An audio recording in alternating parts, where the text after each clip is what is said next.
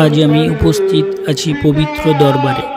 মেদিনীপুর খানখা শরীফ আলা হুজুর পাক হজরত সৈয়দ শাহ মেহের আলী আল কাদেরী রহমতুল্লাহের ১৬২তম আন্তর্জাতিক বাৎসরিক উরুস শরীফে।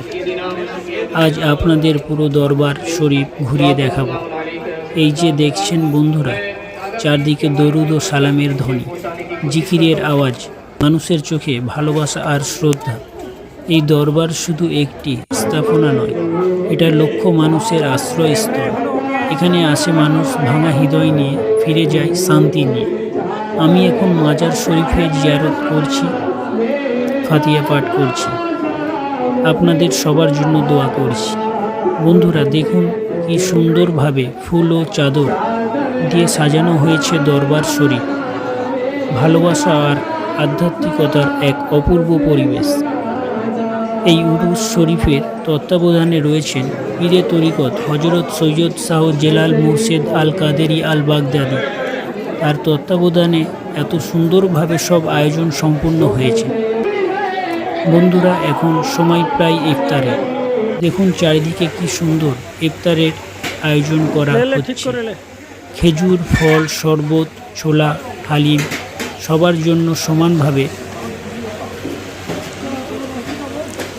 রেডি করা হচ্ছে।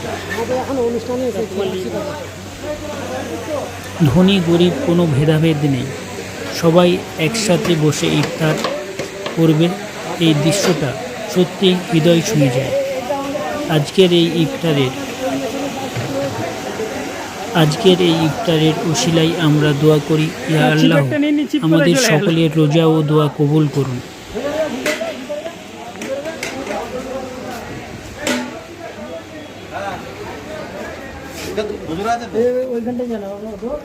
ইফতারের পর এখন চলছে নিয়াজ পাকের আয়োজন। বড় বড় ডেগ রান্না করা হচ্ছে,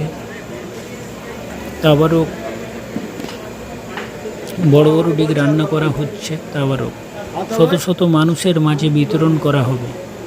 এই নিয়াজ শুধু খাবার নয়, এটা ভালোবাসা, এটা বরকত, এটা একতার প্রতীক। যে এইখানে আসে খালি হাতে ফেরে না। কারো মনে শান্তি, কারো মনে আশা, কারো চোখে আনন্দের অশ্রু। বন্ধুরা আজকের এই উরুস শরীফের পরিবেশ ভাষায় প্রকাশ করা কঠিন। এখানে এলে মনে হয় দুনিয়ার সব কষ্ট যেন দূরে সরে যায়। আপনারা যারা আসতে পারেননি, এই ভিডিওর মাধ্যমে আমি চেষ্টা করলাম আপনাদের এই অনুভূতি পৌঁছে দিতে।